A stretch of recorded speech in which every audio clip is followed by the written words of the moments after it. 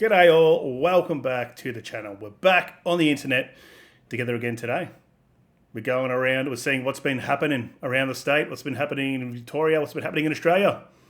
We're going to start it off with some Halloween madness. We have a Halloween knife rampage in Melbourne's west.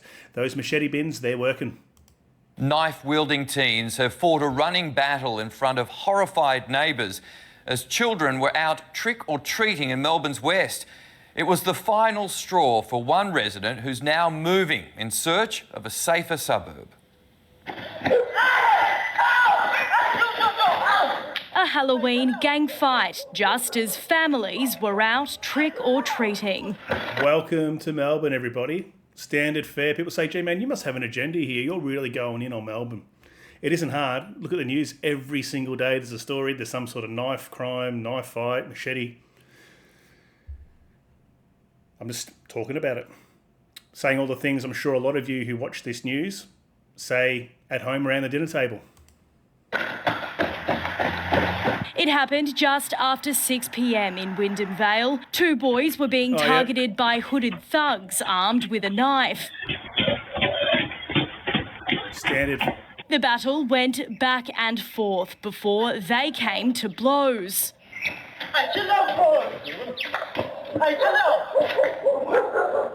Inevitably, one of the boys was slashed with the knife. The Wild West, we're living in the jungle. Take a look at it. Absolute madness. This is your normal suburban street. You got groups of, dare I say, engineers and doctors running around with knives trying to attack people. Attacking in groups. They don't say what the backgrounds of these people were. That's one thing I always call out. When the news, I'll say, oh, the offenders were teenagers of Caucasian background. They're happy to put that out there. They won't say, oh, they're offenders of Middle Eastern or African backgrounds. They won't say that. It's disgusting. It's always happening and there's just no concern or care for anyone. It's just unsafe. I mean, the crime rate is just spiraling out of control, so we need some type of, protection. It's left residents at the end of their tether, one even moving house in search of a safer suburb. Yeah, just out of here. You want to feel safe. Good luck with that. In those outer suburbs, I mean, actually, you can't really say it is all in the outer suburbs now. You got all these crimes, knife crimes, violence, machetes, people slashed with knives, stabbed, hacked. It's happening everywhere. You got home invasions happening all over the state. I'd love to give you guys some good news. Hopefully some can get on there soon, because I do get a bit over talking about this stuff. It's really sad to see that the place that I grew up in, I'm sure a lot of you feel the same, is just turned to the dogs. We're like third world country. Safe in your community, and it's just not like that now. Police are yet to lay any charges. Oh, that'll be Phoebe right. Worthley, 7 News. Yeah, that'll be right. That'll be right. The disaffected youth. Now, don't get me started on Halloween here. I'm going to sound like a grumpy old bastard. Why is Halloween in Australia? Why is it here? Are they trying to really push this because it's a commercial holiday and people buy costumes and lollies and all this sort of stuff? What's with that? When I was growing up, it'd be very rare to go trick-or-treating. If you're a kid in the 90s and you go and knock on someone's door and say trick-or-treat, they're going to tell you to go and get effed. I had an old bloke, I'll never forget it. I went and tried trick-or-treating because I'm like, oh yeah, how good's this? You're a kid. You want to get lollies. So you're going to go knock on a door, harass people for candy.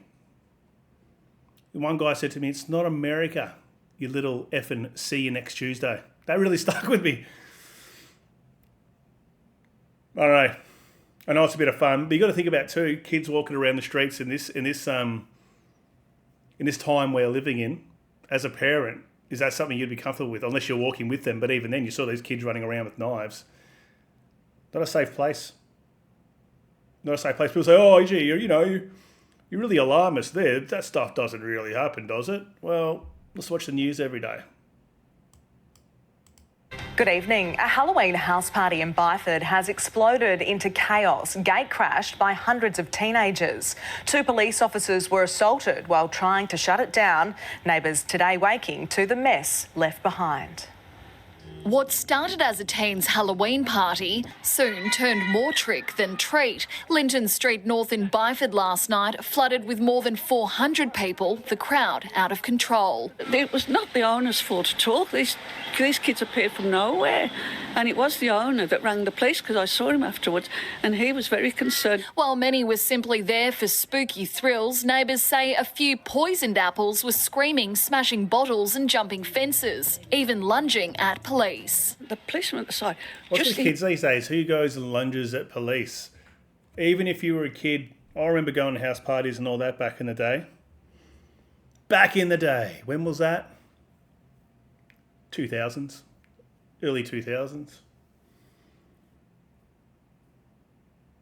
If the cops came, or if there was a noise complaint and the cops rolled up, everyone just scattered, ran, you were trying to get away. Now people are confronting police. Crazy. He was wonderful. He dived at this big teenager, knocked him on the floor, and then all the other police dived on top. It was just like on television. A 16-year-old girl accused of punching one officer in the face, then kicking another in the knee. She was yelling and screaming and carrying on the police and wouldn't behave herself. And so in the end, they just took her away. While 21-year-old Randy Hill fronted court today, charged with disorderly behaviour, obstructing a public officer and drug possession. How was the party? I don't know, but how the you know my name? What happened? Nothing. Some neighbours say at one... At least no one was stabbed. All right, let's move on. So we've got some more uplifting news here today. There's a manhunt after a man was shot in Melbourne. Now, this is breaking news. Probably by the time you watch this, it's about a day old.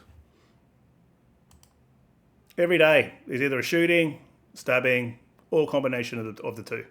Evening, first to breaking news, and a manhunt is underway in Melbourne's east after a man was shot in a car park. Live to Jack Ward in Bayswater. Jack, there's a large police operation underway there. There is, Pete. There are police all along Station Street here in Bayswater this evening. This is a large scene that they have set up because, as you say, a gunman is on the run. They are trying to locate the person behind this crime this evening. I want to take you to these exclusive pictures that we've obtained of a man clutching his stomach. He's got a bloodied white shirt. We believe this is the man that has been wounded here this afternoon and is now in hospital in a serious condition. It was just before 4 o'clock this afternoon when we understand... So I want to call out one thing here. And that's fine, right? You see these videos that are out there. Now, if they are kids who are not white or people who are not white, then they are all blurred. It makes it very difficult to ascertain like the features, the characteristics of that person. If it's a white person, that's fine. Just have them on there, face on, no dramas.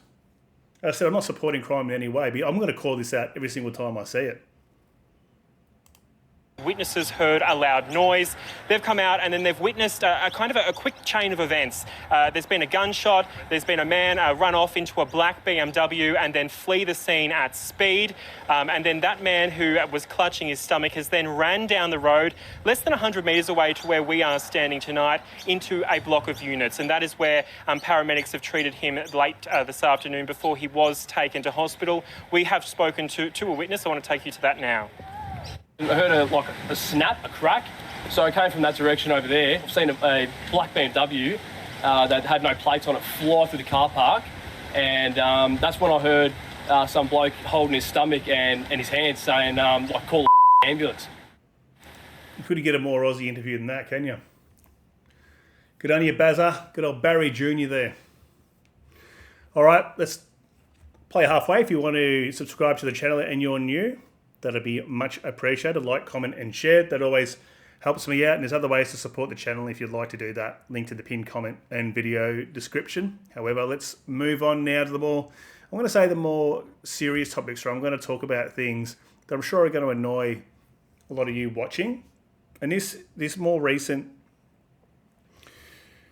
development that's happened around Victoria pushing through their version of the Indigenous treaty, the voice locally, without consulting anybody or telling anybody what it even is about. Let's jump into this, and I'll stop it throughout and give you my thoughts on this particular story, because I'm not very happy about this. I'm sure a lot of you aren't.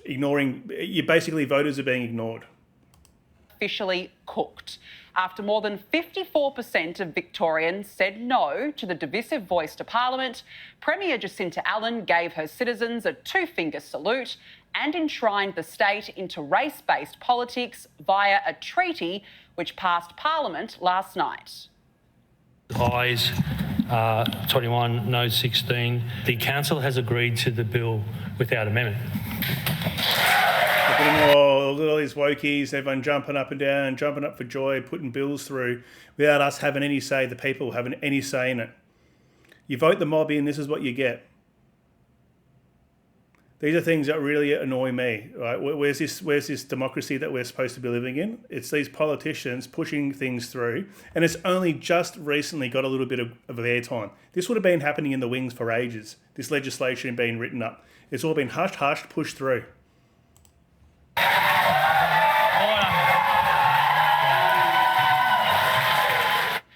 Great, just what a state with record crime and record debt needs. A divisive treaty at a cost of tens of millions of dollars a year to the taxpayer. I mean, Victoria is already a burning inferno, so why not just add more fuel to the flames? 24 hours ago, all Victorians had the same rights.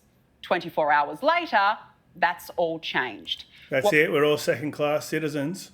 Now, as I said, I'm not going to talk about this from an Aboriginal perspective. My comments have nothing to do with that. I'm talking about what the government's doing. Why? I want to talk about the voice. Why did that get a resounding no vote? Number one, it was completely dodgy, the way they were pushing it. Why is it dodgy, do you say? Because the way they were pushing it was going for the bleeding hearts, the inner city lefties, the wokies. Oh, it's just the right thing to do for the Aboriginals, blah, blah, blah. So they're getting all the votes that way. But people say, okay, hang on, what is the voice and what is it about? And what are we signing up for? What am I voting for here? It's some huge referendum that's costing hundreds of millions of dollars to do all the campaign and set it all up. Why is this much money being thrown at it? And what am I voting for? Oh, no, don't worry about that. Details pretty loose at the moment. We can't really tell you, but it's for the Aboriginals. Okay, hang on. So you're not going to give me any clarity on what I'm actually voting for, how it's going to maybe change my life in any way or impact me or the futures of my kids, if you have kids. No, don't worry about it. We're still ironing out the details. That's like going and saying, getting a new job. They don't give you a contract or anything, and they say, yeah, start. You're like, well, hang on. How much am I getting paid? They're like, oh, I don't know. We'll work that out on payday. You're not going to do it, are you? You're going to no, get stuffed. And so what are people... Why are people against the voice? What was one of the biggest criticisms? So lack of details. Then there was a whole movement going on about pay the rent. Pay the rent being paying repatriations to the Aboriginal people to pay them back for the colonisation of Australia. So what does that mean? So what, you're paying an extra thousands of dollars in tax a year? How does that work? There's no details, nothing about that. They're saying no. It has nothing to do with getting any money and paying money back. But there's a large vocal, a lot of protests, a lot of stuff going on at that time around pay the rent. So what does that mean? Or what is the outcome of this treaty? Like what is it all about? Well, I don't even know what it is. They pushed it. So what's the treaty? What are the details? Nah, just push through. You don't need to know about that. That'll turn the state into two classes. And after the legislation passed, the Premier said, this is how we build a fairer, stronger Victoria for everyone. Yeah, a fairer... I can't stand her. Stronger Victoria for the... She's worse than Dan. I know people out there that love Labor and all that. Think about how this state has gone to the dogs over the last few years. The last 6 or so years. Joints absolutely cooked. All this gender politics, all this stuff you'd expect to see in Los Angeles. It's all here. Pro-fucking Palestine protests every week. A lot of divisive stuff going on. As Danica was saying at the start of this, the joints are burning a burning car wreck. Right? We're a dumpster fire at the moment. But the focus is not on crime, cost of living, nothing like that. It's about Aboriginal treaties, which we don't know anything about. 55,000 people who identify as Aboriginal, not the overarching 7 million residents of the state. There was no public debate. Nobody voted for this. So why is it there? Well, according to the treaty, it's because traditional owners enjoy a sacred relationship born at the first sunrise and sustained for over 60,000 years that can never be extinguished. It's the 7 million Victorians who get to self-extinguish as they are shackled down to funding. How much? Well, we don't know yet. But as the Premier has previously said, everything is on the table. A whole range of other matters will be put on the table for negotiations, so I'm not in a position today to rule anything in or out about what might be considered through those treaty negotiations. Yeah, we know what There we go. So don't worry about detail, guys. We'll worry about that later. Dodgy AF. As fuck. I don't need to go and abbreviate that. And sorry for the language for those of you who don't like swearing, but what do you say here? Like, is this not violate you in any way? Do you not feel violated about that? That means money, reparations, compensation, anything goes in Victoria. And we already got a glimpse of that this week when St Vincent's Hospital announced that Indigenous patients are receiving fast-tracked health care at its emergency department ahead of semi-urgent and non-urgent patients. So the way I see that, the way that it should be first come, first serve, obviously in order of emergency, not by race, religion, nothing. Come in, first in, first serve. You're both sitting there with half an arm. Oh, you cut one leg cut off. Well, the bloke who was there first gets served, not the Aboriginal person first or the Palestinian. Treating patients by race. This division is being forced upon us, and as I said, nobody ever voted for this. And now it's about to get a whole lot worse under treaty. And watch the state change pretty swiftly. Under this, a new Indigenous representative body called Gelong Wall will elect its 33 council members. Oh, and if you're part of the ordinary 7 million Victorians, you get to pay for it to the tune of $70 million a year. Awesome. So what will happen in the short term? Well, in schools, children between prep and year 10 will be indoctrinated into truth-telling curriculum, never mind English, maths or science. The Indigenous body will oversee training programs and guidelines for public servants to ensure they are culturally capable, move over goals and KPIs and welcome the brave, rare and wonderful new world of cultural capability, where the body will then monitor public servants. I mean, will bureaucrats be doomed to a daily welcome to country under these new workplace cultural capability rules? And the thing about welcome to country, I'm not going to go and rant too much. We're already 18 minutes in and I want to talk about a couple of other topics before we finish up today.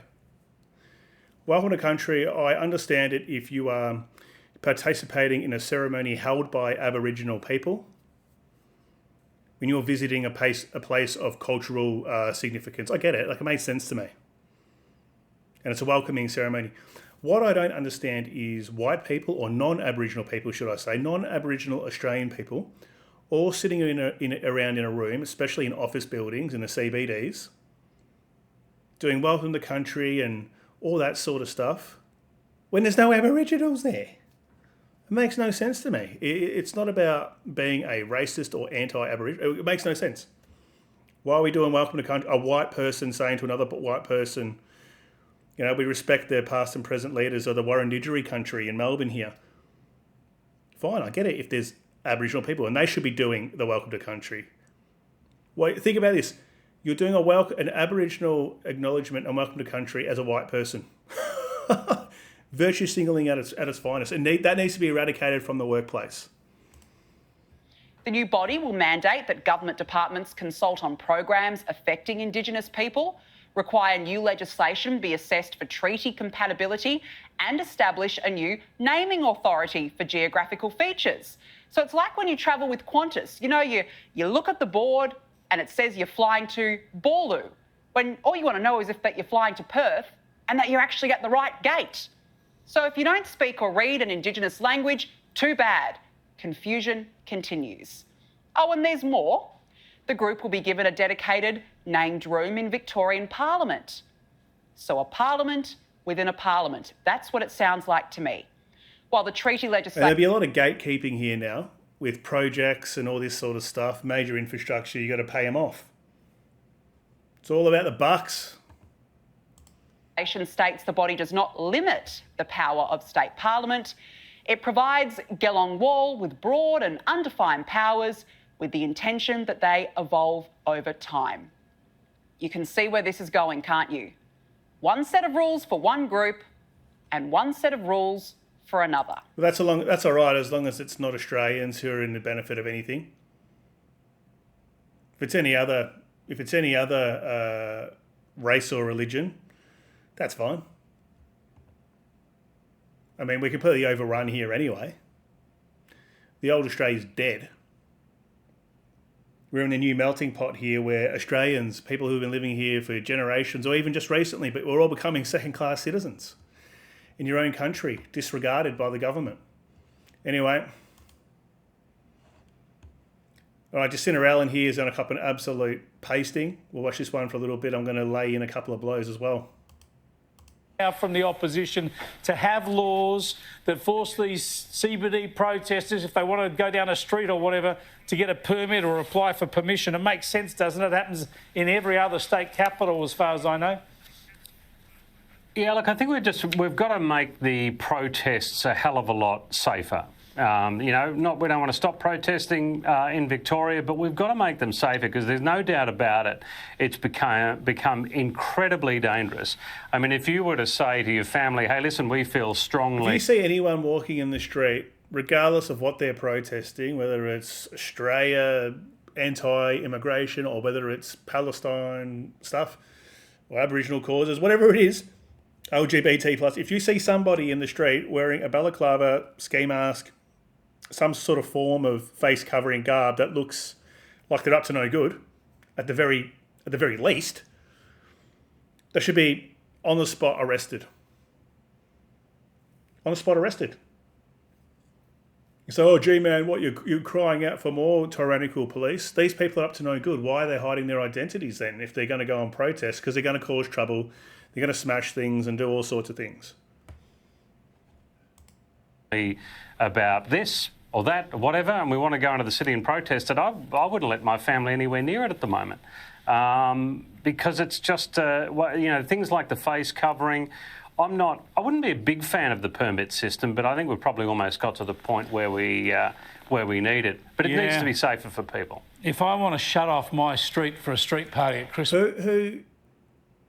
Who's going to follow a permit? So you get these... This is all coming in after we saw all that stuff going on at disarray in Melbourne, where the pro-Palestinian / anti-racism protesters were attacking police, like showing their true colours about radicalism. Now people are sort of somewhat waking up to it. Because they were throwing rocks and bricks and burning effigies of police, they want to bring in a permit system. So people go, oh, hang on, I'm going to be trying to cause anarchy on the streets. Oh, I don't have a permit for that. I'm just going to go home now. I'm not going to go and do it. Do you think they give a shit? A fucking permit. Oh, you need your permit. You need your protesting permit. Come on. That's not going to work. Christmas time, I need a permit. If you want to shut a street, you need a permit. Knock yourself out if you're just going to do it in a park. Exactly. But once you're closing streets, of course you should need a permit. I am shocked that Victoria has not gone down the New South Wales pathway yet. And bear in mind, Chris, as well, that the Premier of Victoria said that she would look at this legislation in December last year. Now, we're 12 months down the track. Week in, week out, we see all these protests. Businesses in the CBD are sick to death of the foot traffic. You've got families not going into the CBD because they don't feel safe. You've got rocks and other items being hurled at police officers. Enough is enough. And it's like her youth crime approach. It's this slow, steady, she'll be right, things will fix it. No problem here. As I always keep saying, the Amityville beach, Amity Island, not Amityville, Amity Island off Jaws. You got these sharks swimming around, eating people. No, nothing's happening here. The mayor, they're saying, no. let's in secret try and get this shark. But no, everybody, come, get on the boat, get on the ferry, come to Amity Island, come for a swim, even though I know there's a 6-metre white pointer in there eating people. Nothing's happening here, guys. We're the most livable city. Complete joke. She's doing the exact same with protesters, yet it's everyday taxpayer paying Victorians that are suffering again. Yeah, get it sorted, I reckon. Let's go to Kevin Rudd. Cam Redden of our Sky News Canberra Bureau caught up with him in the corridors last night. And Kevin thought to riff off one of his own famous lines, but it's such a famous line, Kevin got his own line wrong. Have a look. I'm from America and I'm here to help, and my name's Kevin. So there you go. No. He's supposed to say, I'm from Kevin, I'm from Queensland, I'm here to help. He says, I'm from America, I'm here to help, and then remembered, oh, I'm Kevin. Good old Ruddy. Well, he copped a little bit of a dressing down, didn't he? Anyway, Melbourne's cooked. Let's move on to Lydia Thorpe. Lydia Thorpe. I'm going to move it over and scan through. That one got glazed over, didn't it? Apparently she's Indigenous. She looks about as Indigenous as what I do. It's like me saying, yeah, I'm Greek because 19 generations ago, there was Greek heritage in my blood. There's Greek heritage in my blood down the line. I'm Greek, everyone. Now, the all loser this week is Lydia Thorpe. Here we go. Now, we all remember these comments earlier this month at a pro-Palestine protest. And if I have to burn down Parliament House to make a point... In here too, it's all like lefty women, buddy, in the crowd there screaming, yeah, you go, girl power. Because she's refusing to apologise. Here we are treating a metaphor like a national emergency. What a joke. The problem isn't my words. It's the colonial systems that still refuse to change. I won't apologise and I won't be dragged down. Then there's the right-wing media. They love to lecture me about seeking headlines, but they're the ones writing the headlines. Look, there's a lot... That makes a lot of sense, doesn't it? You're in the headlines because you're an absolute F-wit. Can say, but what do you say about Lydia? It's the same old. Blame everyone else. Don't take accountability for some inflammatory remarks. She's an elected senator. She's in a great position to do a lot of good, but she's become an outrage machine. I completely agree, and we're quite frankly sick of it. And but she's still going to be there for quite a while, unfortunately. Yes. Now, how's she even in? If you think about this, think about if there was someone far right, as far right as you can get, saying all sorts of outrageous things. It wouldn't be had. You'd be kicked out of Parliament. Wouldn't be on. Not here in Australia. You can't say anything that is considered right-wing, especially if you're fronting up to the media and if you're of someone high in business or in politics, you're going to be cancelled. She can go and say shit like that. I don't know, it's just words. But you think if, I don't know, Peter Dutton said something along those lines, it'd be outrageous. You'd be forced out of Parliament. But apparently Lydia Thorpe's an Aboriginal. I've got high doubts on what the dilution of that. Without looking into it, I just look at her and I go, how are you Aboriginal? You get these people who are white, 5% Aboriginal, protesting. What? I'm more Aboriginal than them. Anyway. We live in a clown world, guys. We live in a clown world. I was going to talk a bit more about net zero, but it looks like I'm sort of getting up towards that 30 minutes, so I'd like to go over that. But net zero, that's coming into the front of mind at the moment. That's going to be all over the news because it's getting a lot of airtime about just how much that is costing everybody, the taxpayer and us, through increased inflation, through the electricity prices increasing due to all of that infrastructure that needs to be clawed back by these companies and the government. So we all pay for that. We pay for it twice. Our taxpayers' money goes to fund the construction, and then we get stiffed. We get stiffed with far more expensive electricity because it's a lot more costly to maintain over the years. I'm just going to leave it at that. I'm not going to go on a full-blown rant about net zero. I think I'm going to make a separate video about it. If you guys want a net zero video, let me know in the comments. If you made it to the end, let me know. Thank you very much, guys. Enjoy your Monday.